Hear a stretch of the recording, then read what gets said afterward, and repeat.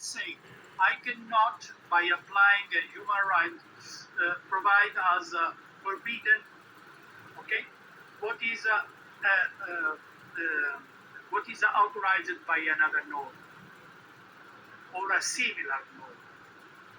I cannot provide, cannot forbid homicide. I cannot forbid the force over the willing of a woman to do something or to do not something in a single area, let's say the marriage, the matrimony, and I cannot say that this kind of a prohibition entails prohibition of this force always and at the same time in other areas.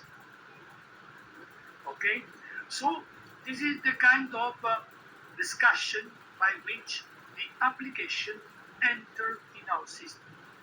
It has a vertical principle and has a systemical, reasonable systemical approach after this. We discuss by similarity of the cases, we discuss by similarity of the area, and then we will discuss, of course, by the application of the principle over this area.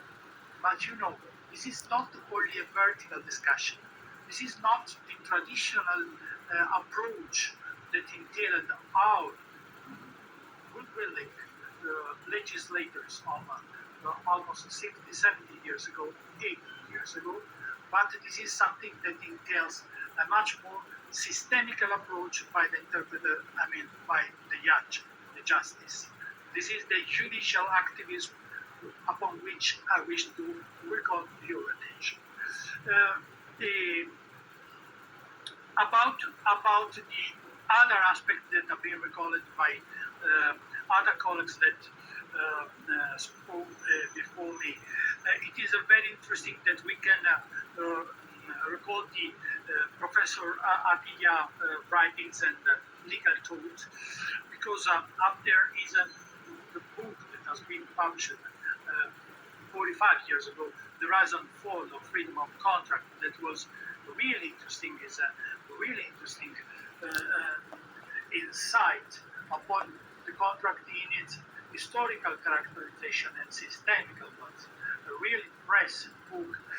We should start having, a study again and to study upon his approach, upon Patrick Atiyah approach at the time. What is important now?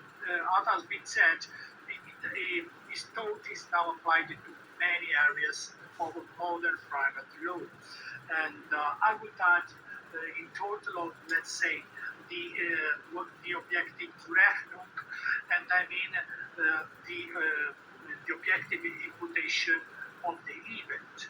You know that the objective liability or strict liability is today an ever-increasing area of the private law. It is determined by the much more,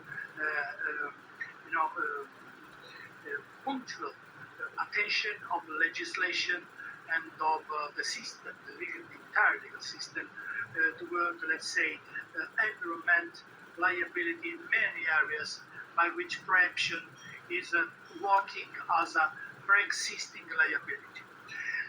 To discuss properly, of course, I will take too much time now.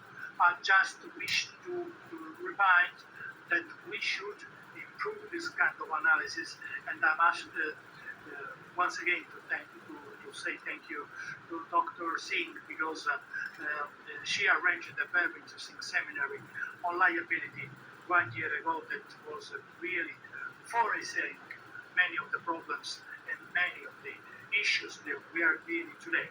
But to discuss this area between the event and the imputation as an act, and so the imputation for negligent activity or for willingness activity, independently by the act, it will be really an interesting area of study, because as I've been already reminded, now we are facing this kind of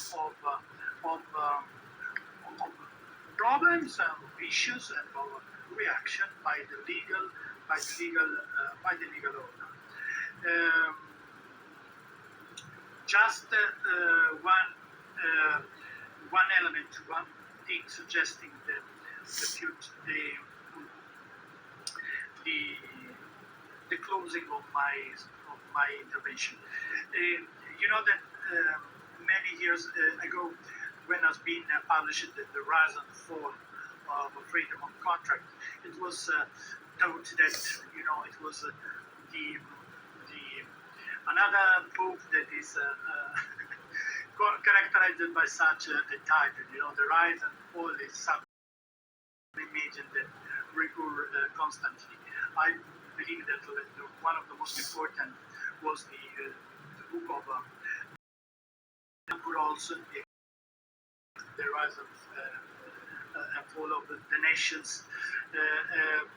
What I wish to, where I wish to bring the attention is this: we must add, and this is another kind of, this is another lesson deriving from Patrick, from Professor Adia, of course.